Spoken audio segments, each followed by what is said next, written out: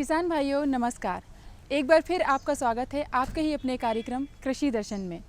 किसान भाइयों, इस समय रबी का मौसम चल रहा है और साथ ही साथ अभी अभी दिवाली का त्यौहार गया है, तो आप सभी को दिवाली की बहुत बहुत शुभकामनाएं। हमारी हमेशा यही शुभकामनाएं रहती हैं कि आप अपनी कृषि में अधिक से अधिक लाभ प्राप्त करें और उत्पादन से जो भी त्यौहार आते हैं उन सब में खुशहाली से अपने त्यौहार मनाएं। आज के कार्यक्रम में एक बार फिर हम बहुत सारी कृषि संबंधी जानकारी लेकर उपस्थित हुए हैं, तो चलिए कार्यक्रम की शुरुआत करते हैं खबरें खेती और मंडी भाव से।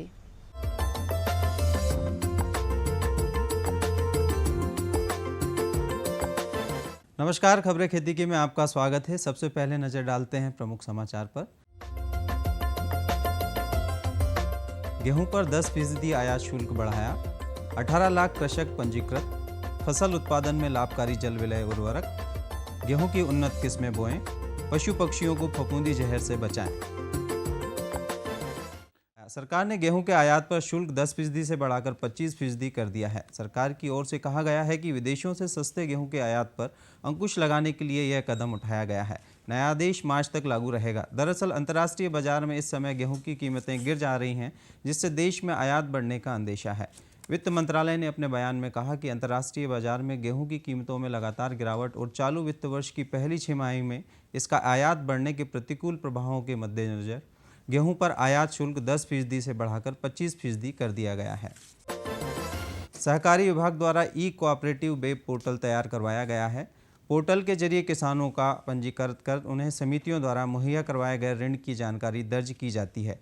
पोर्टल पर अब तक 18 लाख किसानों का पंजीयन हो चुका है। राज्य शासन द्वारा सहकारी समितियों के माध्यम से किसानों को 0 ब्याज दर पर वर्ष 2013 से कृषि ऋण मुहैया करवाया जा रहा है। इस योजना में 6% ब्याज अनुदान राज्य शासन द्वारा तथा 5% अनुदान नाबार्ड के माध्यम से केंद्र शासन द्वारा उपलब्ध कराया जा रहा है। पारंपरिक उर्वरकों की तुलना में अधिक कीमती जल विलय उर्वरकों से अधिक लाभ प्राप्त करने के लिए मिट्टी में डालने की अपेक्षा फर्टिगेशन ड्रिप विधि से सिंचाई के साथ अथवा पर्णीय छिड़काव विधि द्वारा ही करना चाहिए। फर्टिगेशन से जल विलय उर्वरकों का उपयोग बागवानी फसलें जैसे केला, अनार, नींबू, पपीता, अंगूर, आम, अमरूद, संतरा आदि में किया जा सकता है। वे फसलें जिनमें कतार से कतार व पौधे से पौधे की दूरी अपेक्षाकृत अधिक रहती है, जैसे कपास, गन्ना, मक्का व सब्जी वाली फसलें सर्वाधिक उपयुक्त रहती हैं। जिन किसानों के पास पर्याप्त मात्रा में पानी उपलब्ध है, किसान गेहूं की खेती आसानी से कर सकते हैं। गेहूं का अच्छा उत्पादन लेने के लिए सबसे महत्वपूर्ण उचित किस्मों का चुनाव, कृषकों को उपलब्ध सिंचाई व्यवस्था के अनुरूप ही उपयुक्त किस्मों का चुनाव करना चाहिए। असिंचित अवस्था के लिए HW 2004, HI 1500, JW 17, HD 4672 एवं अर्धसिंचित व्यवस्था के लिए JW 3020, JW 3173, HI 1531, HI 8627, HI 8691, HI 8381, HI 8663, HI 8498, JW 1201 किस्मों का उपयोग करें। नमीयुक्त वातावरण में चारे एवं दाने में फफूंद का उगना बहुत सामान्य बात है। इस फफूंद के उगने पर फफूंद द्वारा जहर का उत्पादन होता है, जो कि चारे दाने को संक्रमित करता है। इस संक्रमित चारे दाने को पशु पक्षियों को खिलाने से वे फफूंदी जहर से प्रभावित हो जाते हैं। फफूंदी जहर से प्रभावित पशु सुस्त हो जाते हैं तथा भूख कम लगती है, उदास रहते हैं तथा अधिक जहर के प्रभाव से मृत्यु भी हो सकती है। पशुपालकों को चाहिए कि यदि इस तरह के लक्षण पशु पक्षियों में मिले तो वह चारे दाने का अच्छी तरह से परीक्षण करें। चारे दाने से नमी हटाने के लिए चारे दाने को धूप में सुखाएं एवं यकृत की कार्यशीलता बढ़ाने के लिए पशु चिकित्सक की निगरानी में उचित दवाइयों का प्रयोग करें। खबरें खेती की में बस इतना ही। आप देखिए मंडी भाव और मुझे दीजिए आज्ञा। नमस्कार।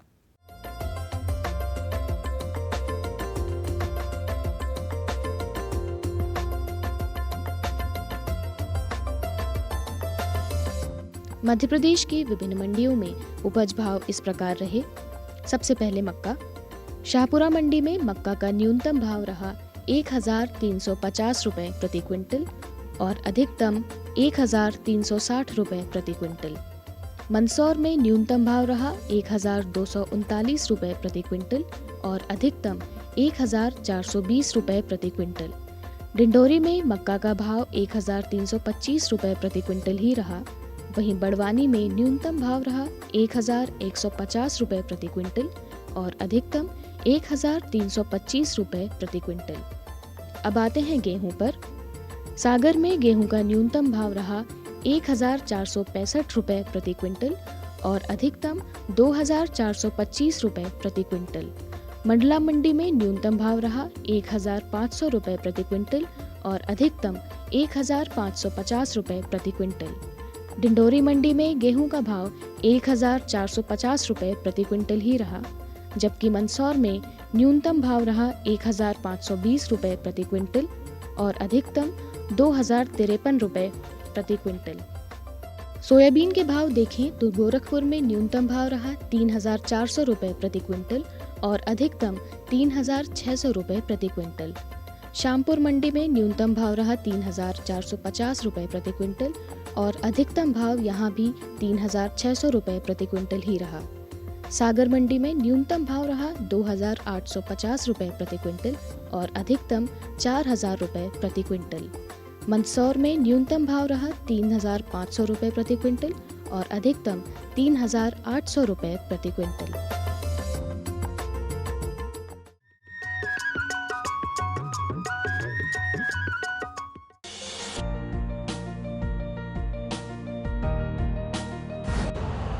यूरिया का स्वदेशी उत्पादन 70 लाख टन बढ़ाने के लिए 6 उर्वरक संयंत्रों का उद्धार किया जा रहा है। FCIL के गोरखपुर, सिंदरी, तलचर और रामागुंडम संयंत्र, HFCL की बरौनी इकाई और BVFCL की नामरू फोर्थ। सोने पर सुहागा ये है कि देश में अब बनेगा सिर्फ नीम लेपित यूरिया, क्योंकि इससे होगा किसानों का फायदा ही फायदा। अनाज का उत्पादन 10% तक बढ़ेगा। बढ़ेगी 10 से 15% नाइट्रोजन क्षमता। अरे सुन तो। मुझे क्या सुनाना चाहते हो? जो सुनाओ मेरी सौतन को। किसको? अरे वही तुम्हारा मोबाइल फोन जिससे सुबह शाम दिन रात चिपके रहते थे और कहते थे किसान कॉल सेंटर से बातें हो रही हैं। अच्छा ये बात है। हाँ क्यों, क्या हुआ? अब बात नहीं होती क्या? अब तो झट से बात हो जाती है। ऐसा क्या? हाँ, अब तो ज्यादा लाइनें और खास तकनीक के कारण खेती के माहिरों से तुरंत बात हो जाती है। और अगर कभी लाइन व्यस्त हो तो अपनी समस्या फोन पर रिकॉर्ड करा दो, वहाँ से फोन आ जाता है और समस्या की हल का मैसेज भी आ जाता है। ये देखो आ गया। अरे वाह, इसका मतलब इंतजार की घड़ी अब खत्म। हाँ, तभी मैं सोचूं कि आजकल मुझ पर इतना प्यार क्यों आ रहा है। कृषि संबंधी समस्याओं का अपनी भाषा में तुरंत हल पाने के लिए पूरे भारत में किसी भी फोन से हेल्पलाइन नंबर पर संपर्क करें। किसानों का दोस्त किसान कॉल सेंटर।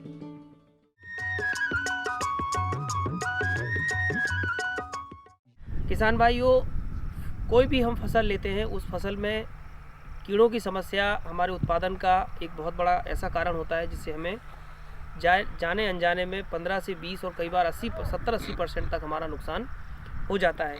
तो कीड़े और बीमारियों की जो संख्या है, जो उनका आर्थिक हानि स्तर है, अगर हम उनसे उसको नीचे रखते हैं तो निश्चित रूप से हमारा जो नुकसान होता है या इंसेक्टिसाइड के रूप में हमारा जो पैसा खर्च होता है उससे हम बच सकते हैं। साथ ही साथ जो कीटनाशी के अवशेष हमारी फसलों में, हमारी सब्जियों में, फलों में और इवन जब उस वनस्पति को जानवर खाते हैं और उनका जो दूध प्राप्त होता है उसमें भी कीटनाशी के अवशेष देखने को मिलते हैं। तो इस सब से बचने का सबसे उत्तम उपाय है कि हम समन्वित कीट व्याधि प्रबंधन की जो विधियां हैं उनको अपनाएं। फसल के बोने से समय से ही हम कटाई तक जो भी हमारी कृषिगत क्रियाएं हैं उनमें इस प्रकार का बदलाव करें, इस प्रकार का समायोजन करें कि उनमें हमें कीड़ों की समस्या, बीमारियों की समस्या ना आए। तो सबसे पहली बात तो ये कि जब हम जो रबी मौसम की फसल है उसकी कटाई के बाद खेत की 3 वर्षों में एक बार गहरी जुताई और प्रत्येक वर्ष ग्रीष्मकालीन जुताई करके खेत को छोड़ दें। साथ ही उसमें जो खरपतवारों के अवशेष हैं या कीड़ों के जो अवशेष निकले उनको इकट्ठा करवा के उनको नष्ट कर दें, जिससे जो प्राइमरी इनोकुलम है कीड़े या बीमारियों का वो नष्ट हो जाए। दूसरा ये कि जब हम कोई भी फसल बोएं, फसल बोने के पहले उसका बीज का उपचार करें। अगर बीमारियों की संभावना हो तो फफूंदनाशी से या जैविक फफूंदनाशी ट्राइकोडर्मा से उपचार करके बोएं। और कीड़ों की अगर आपकी समस्या है, जैसे गेहूं में दीमक या चने में दीमक या मूंगफली में सफ़ेद ग्रब या सब्जियों में जड़ काटने वाले कीड़ों की अगर समस्या आती है तो उनकी जड़ों को कीटनाशी से उपचार करके बोएं। साथ ही ऐसी सब्जियां जिनकी पौध तैयार की जाती है, स्वस्थ पौध तैयार करें, उसमें किसी भी प्रकार के रोग या कीड़ों का प्रकोप ना हुआ हो, ऐसी सावधानी रखना है। साथ ही जब हम उनकी खेत में रोपाई करें, रोपाई करने से पहले कीड़ों की जो समस्या है, रस चूसक कीड़ों की समस्या से बचाव के लिए ट्राइजोफास या इमिडाक्लोप्रिड का घोल बना के उनकी जो पत्तियां हैं, ऊपर का हिस्सा है, उसको उसमें डुबो के उपचारित करके खेत में उसकी प्लांटिंग करें। पर्याप्त मात्रा में गोबर की खाद का उपयोग करें। साथ ही साथ जो मिट्टी परीक्षण की हमारी रिपोर्ट प्राप्त हो, उसके अनुसार नत्रजन, फास्फोरस, पोटाश या जो अन्य सूक्ष्म पोषक तत्व हैं उनका खेत में समुचित मात्रा में उपयोग करें। ऐसा करने से निश्चित रूप से पौधा स्वस्थ होता है और स्वस्थ होने के साथ साथ उसमें कीड़े और बीमारियों का प्रकोप कम होता है। जब हमारी फसल बड़ी हो जाए तो कीड़ों की निगरानी करने के लिए ये एक प्रकार के फेरोमोन प्रपंच आते हैं। इन फेरोमोन प्रपंच में ये जो लेपिडोप्टेरा इंसेक्ट हैं, खासतौर से चने की इल्ली, टमाटर की इल्ली, अरहर की इल्ली या गोभी की जो इल्ली है, उससे उसकी निगरानी करने के लिए इसका उपयोग किया जाता है। और जब हम निगरानी करने के लिए 1 एकड़ में 5 से लेके 6 तक लगाते हैं और जब हम इनकी संख्या 10 कर देते हैं तो ये कीड़ों की मास ट्रैपिंग यानी ज़्यादा मात्रा में उनको पकड़ने के काम आता है। इसमें जो नर कीट है वो आकर्षित होते हैं। इसके अंदर एक जो कैप्सूल होता है, लूअर कहलाता है ये प्लास्टिक का, इसके अंदर एक विशेष प्रकार का रसायन होता है। ये रसायन 2 महीने तक खेत में काम करता है। जब हम इसको लगा देते हैं तो 2 किलोमीटर दूर में भी अगर नर कीट हैं तो वो मादा से मिलने और मैटिंग के लिए यहाँ तक आते हैं और इसमें फंस जाते हैं। एक बार इसके अंदर पहुँचने पे उनके बाहर निकलने का कोई रास्ता नहीं होता, क्योंकि ये ऊपर से अगर निकलता है तो ये बंद रहता है, जिससे वो इसमें ट्रैप हो जाते हैं। ये इसी प्रकार से इनके जो लूर हैं, अलग अलग फसलों के अलग अलग लूर आते हैं। अगर हम बात करें तो चने का लूर अलग आता है, सोयाबीन का जो स्पोडोप्टेरा है तंबाकू के लिए, उसका लूर अलग आता है। और जो सब्जियां हैं हमारी, सब्जियों में खासतौर से बैगन, और जिनमें कि बहुत ज़्यादा मात्रा में कीड़ों का प्रकोप होता है बैगन में, और इसी प्रकार से गोभी में, गोभी और बैगन का ये अलग प्रकार का फेरोमोन ट्रैप आता है। इसका कैप्सूल भी अलग होता है। यहाँ पे इसमें फेरोमोन ट्रैप वो कैप्सूल लगा देते हैं, इसमें पानी भर देते हैं और इसको उसमें खेत में इंस्टॉल कर देते हैं जहाँ पे हमारा बैगन या गोभी लगा हुआ है। तो उसकी जो पंखी होती है बहुत छोटी होती है और वो इसमें पानी में आके इकट्ठी हो जाती है, नष्ट हो जाती है। तो ये एक बहुत अच्छा साधन है। हमने प्रयोगों में ये पाया है कि अगर इनकी मास ट्रैपिंग के रूप में इनकी ज़्यादा संख्या में अगर इनको हम लगा देते हैं तो 70 से 80% तक कीड़ों का प्रकोप हम इसके द्वारा नियंत्रित कर सकते हैं। दूसरी बात ये कि हम जहाँ पे शाम को जिन किसान भाइयों के खेत में लाइट की सुविधा है, प्रकाश प्रपंच का उपयोग करें, उसके द्वारा भी कीड़ों की निगरानी करने और साथ ही साथ उसके नीचे जो कीड़े इकट्ठे होते हैं उन कीड़ों को हम नष्ट कर दें अगर, तो कीड़ों की जो पीढ़ी बढ़ती है वो उससे रोक सकते हैं। इसके अलावा नियमित रूप से हम नीम का तेल 5 मिलीलीटर प्रति लीटर पानी में घोल के या नीम की निबोली का रस 5% यानी 100 लीटर पानी में 5 किलोग्राम नीम की निबोली को पीस के डाल दें। रात भर ओवरनाइट वो डला रहे, उसके बाद सुबह उसको छान के हर सप्ताह नियमित रूप से अगर हम सब्जियों में या चने में, सोयाबीन में, नियमित रूप से मटर में नियमित रूप से छिड़काव करेंगे तो वहाँ पे चूँकि नीम में एडजारेक्टिन जो होता है वो रिप्लेंट होता है, कड़वाहट होती है उसमें, जिससे कीड़े उसको खाते नहीं हैं हमारी फसल को और हमारी फसल सुरक्षित रहती है। जब ठंडक होने लगे मौसम में या तापमान में कमी हो, उस समय एनपी वायरस या ब्यूवेरा बेसियाना, इनमें से कोई भी एक जैविक कीटनाशी जो है उनका हम उपयोग कर सकते हैं। उनका उपयोग करने पर ये वातावरण के लिए बिल्कुल हानिकारक नहीं है और इनका कोई रेसिडुअल इफेक्ट नहीं है। तो अगर हम इनका छिड़काव करते हैं टमाटर में, अरहर में, चने में, तो निश्चित रूप से ये जो ये आपका एनपी वायरस है या ब्यूवेरा बेसियाना है, ये कीड़ों को बहुत बेहतर तरीके से कंट्रोल करते हैं। साथ ही साथ वर्तमान में कुछ ऐसे कीटनाशी जैसे इमामेक्टिन बेंजोएट या स्पाइनोसैट ऐसे कीटनाशी आ गए हैं जो वातावरण के लिए हानिकारक नहीं है, प्लांट ओरिजिन के हैं। इनका अगर उपयोग करेंगे किसान भाई तो कीड़ों की समस्या से मुक्ति मिल सकती है। ये बदलाव क्या है भैया? ये बड़े काम की चीज है। इंसान की सोच में अगर बदलाव आ जाए तो सब कुछ मुमकिन है, सब कुछ संभव है। अब ये बदलाव फिर आ रहा है। हर सूरत की मुस्कान में वो आपको दिखाई देगा। तो चलिए एक नई शुरुआत करते हैं, कुछ बदलाव करते हैं। दूरदर्शन किसान, एक नया चैनल जहां बातें होंगी बदलाव की और आपके कल की बेहतर शुरुआत की। छेड़ो बातें बदलाव की। किसानों से होंगे सवाल, देंगे सटीक जवाब, तो जीतेंगे किसान कप। किसानों का खुला मंच, नजर रहेगी कृषि वैज्ञानिकों की। गोबर की खाद में हमारे सूक्ष्म पोषक तत्व भी होते हैं। किसान प्रश्न मंच, गुरुवार शाम 7:30 पर। डीडी किसान, बदलते भारत की शान। हम आ रहे हैं आपके गांव। सामान्य ज्ञान के पूछेंगे सवाल। भारत दूध उत्पादन में विश्व में किस नंबर पर आता है? और आपके ऑप्शंस हैं ए पहले, बी दूसरे, सी तीसरे या डी चौथे। सही जवाब दिया है। देखें घूमते फिरते रविवार सुबह 7:30 पर। डीडी किसान, बदलते भारत की शान।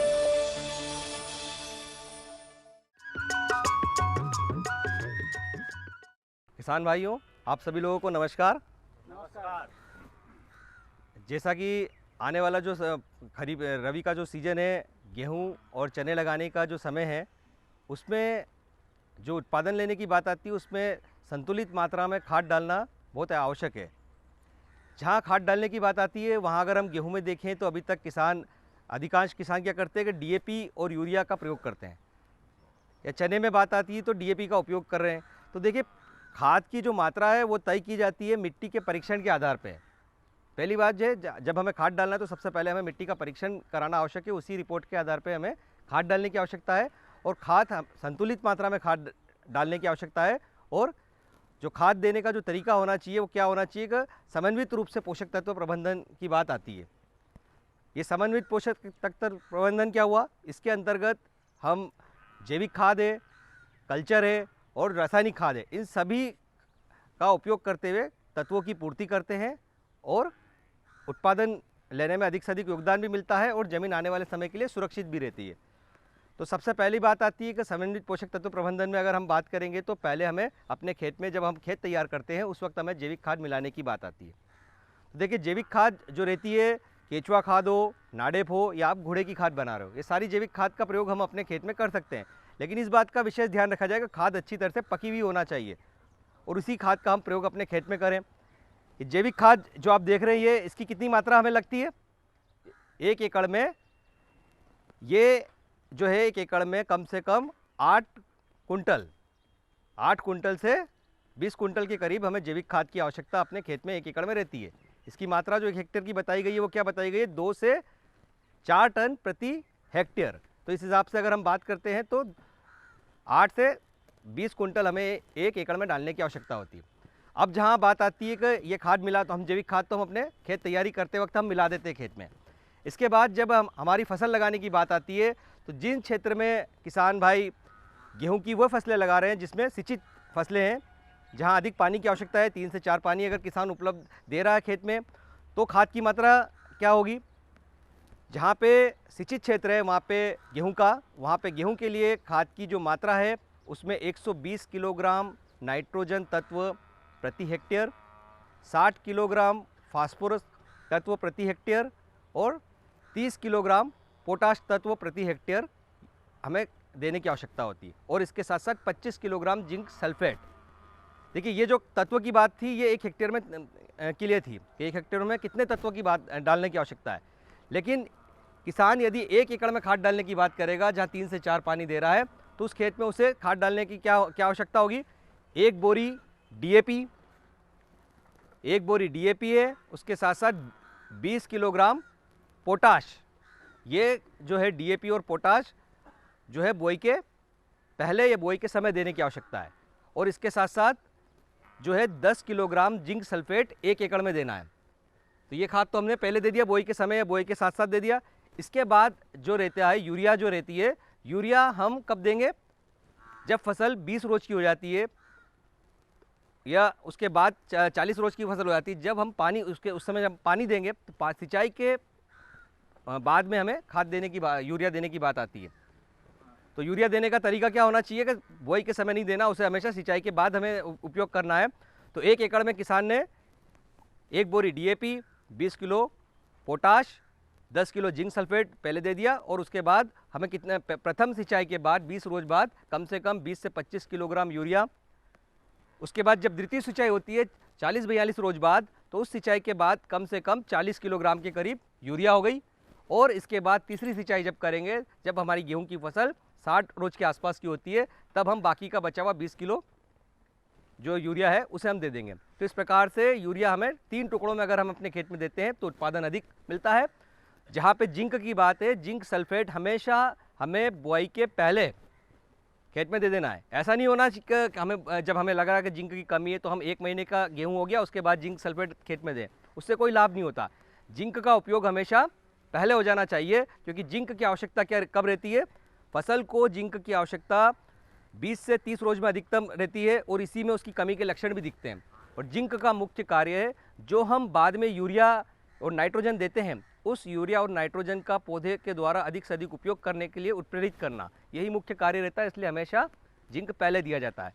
देखिए ये तो बात हो गई जहाँ सिंचित खेत है हमारे, लेकिन बहुत से ऐसे खेत भी है जहाँ हम सिंचाई की पर्याप्त सुविधा नहीं रहती, अर्ध सिंचित रहते, एक पानी देता है किसान। तो जहाँ पे एक पानी दे रहा है, अर्ध सिंचित क्षेत्र है, वहाँ पे स्वाभाविक बात है कि उत्पादन कम मिलता है, इसलिए खाद की मात्रा भी कम हो जाती है।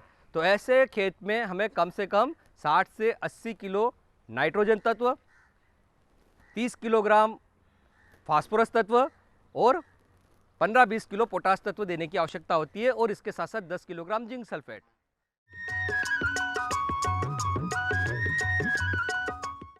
हर गांव को शिक्षा, हर हाथ को रोजगार, सुविधाएं बुनियादी हो या हो तकनीकों की भरमार, सांसदों की देखभाल से अब बनेगा स्मार्ट काम। डीडी किसान, बदलते भारत की शान। शहर से आया है ना तिवारी सेठ, वो जबरदस्ती हम किसानों की जमीन हड़पना चाहता है। रुपया चाहे ईमानदारी से कमाया जाए या बेईमानी से, रुपया रुपया होता है। ऐसा रुपया कभी रास नहीं आता बड़े भैया। आप कौन? तेरे पति का बाप बोल रहा हूँ, समझा दे उसे। अगर वो अपनी जिद पर अड़ा रहा ना तो इसका अंजाम बहुत बुरा होगा। धरती की गोद में डीडी किसान, बदलते भारत की शान।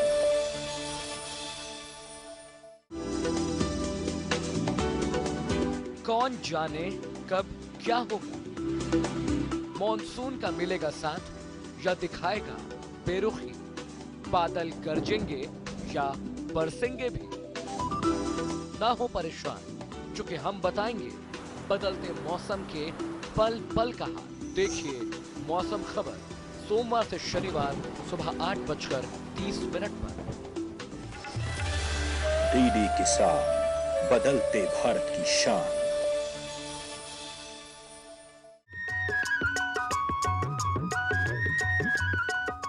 तो किसान भाइयों, ये था हमारा आज का अंक। हमें उम्मीद है ये अंक भी आप सभी को बहुत पसंद आया होगा। कार्यक्रम में दी गई जानकारियाँ आप सभी को कैसी लगती हैं, आप हमें पत्र द्वारा अवश्य सूचित करें। पत्र लिखने के लिए हमारा पता नोट कर लीजिए। हमारा पता है कार्यक्रम कृषि दर्शन, द्वारा निदेशक, कमरा नंबर 4, दूरदर्शन केंद्र, शामला हिल्स, भोपाल, पिन 462013। तो किसान भाइयों, अगले अंक में कुछ और कृषि संबंधी जानकारियों के साथ एक बार हम फिर हाजिर होंगे। तब तक के लिए मुझे आज्ञा दीजिए। नमस्कार।